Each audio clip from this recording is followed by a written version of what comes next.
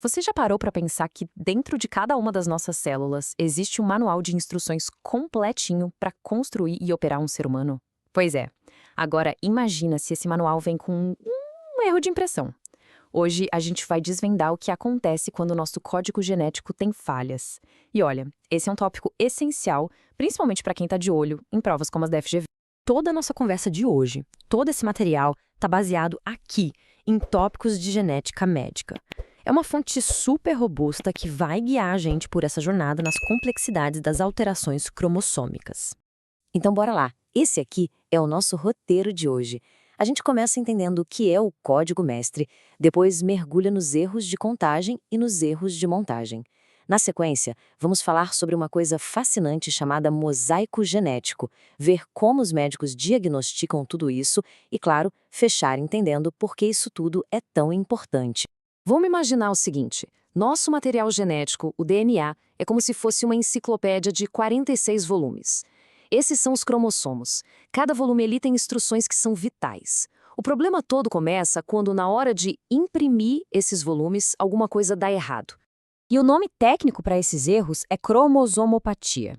Basicamente, são alterações, seja no número ou na estrutura dos nossos cromossomos, que acabam levando a diferentes condições clínicas.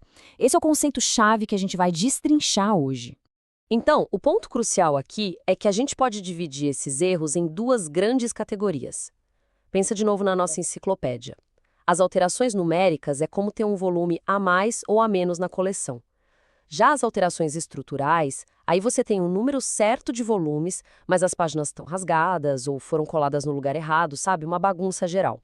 E essa distinção é o tipo de coisa que bancas como a FGV adoram cobrar.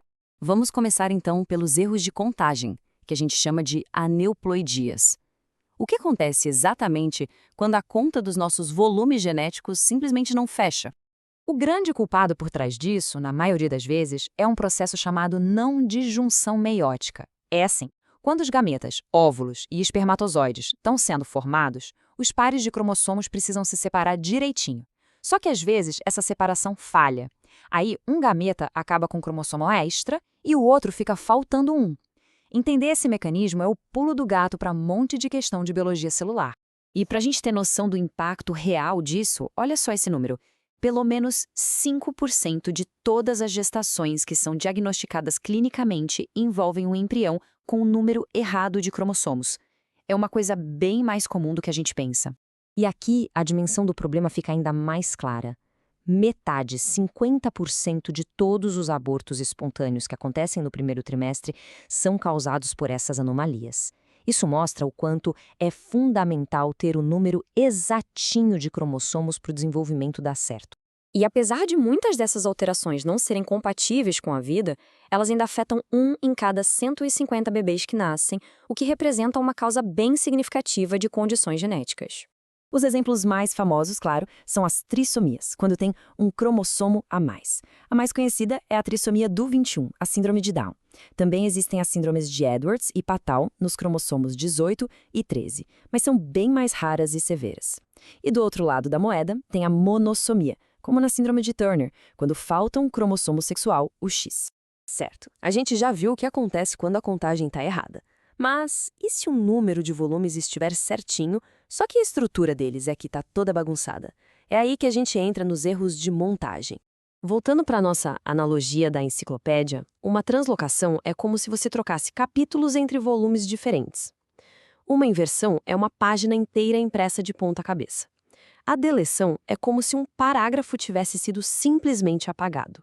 E a duplicação é aquele parágrafo que foi copiado 2 vezes. Cada um desses probleminhas estruturais tem consequências bem diferentes. Mas a história fica ainda mais interessante. Existe uma variação muito curiosa chamada mosaicismo. Pensa numa pessoa que é literalmente uma mistura de células com informações genéticas diferentes.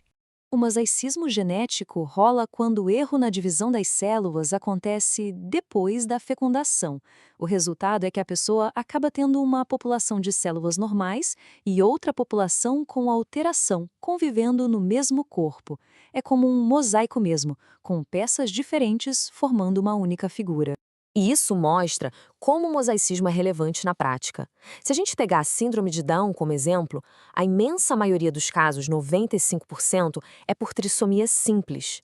Mas, olha lá, 1% é por mosaicismo. E essa presença de células normais pode, em alguns casos, fazer com que os sintomas sejam mais brandos. Ok, com todos esses erros possíveis, como é que os cientistas conseguem de fato enxergar os cromossomos para achar o problema? A pergunta que não quer calar é essa, né? Como que a gente pega uma coisa tão minúscula e complexa e transforma numa imagem que dá para analisar? A resposta é essa imagem aí, o cariótipo. Ele é literalmente uma foto de todos os cromossomos de uma pessoa, que são organizados em pares, do maior para o menor. E olhando para essa foto, os geneticistas conseguem identificar se tem cromossoma a mais, a menos, ou se tem alguma grande alteração na estrutura deles. É o nosso mapa genético. Bom, agora vamos amarrar todas essas pontas e entender por que saber tudo isso é tão importante. Não só para passar numa prova, mas para a área da saúde como um todo. Essa tabela aqui resume bem o tamanho do impacto clínico das cromossomopatias. Elas são a principal causa de abortos no primeiro trimestre, afetam 1 em cada 150 nascidos vivos, estão por trás de 10% das anomalias congênitas e têm um peso enorme em questões de desenvolvimento e de fertilidade. Entender isso é simplesmente fundamental. E para fechar, fica aqui uma reflexão.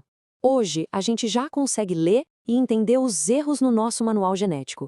O conhecimento que a gente viu aqui é a base para a próxima grande fronteira, a medicina genômica. O que será que o futuro reserva na jornada para, quem sabe um dia, a gente conseguir editar e corrigir essas falhas? A pergunta fica no ar.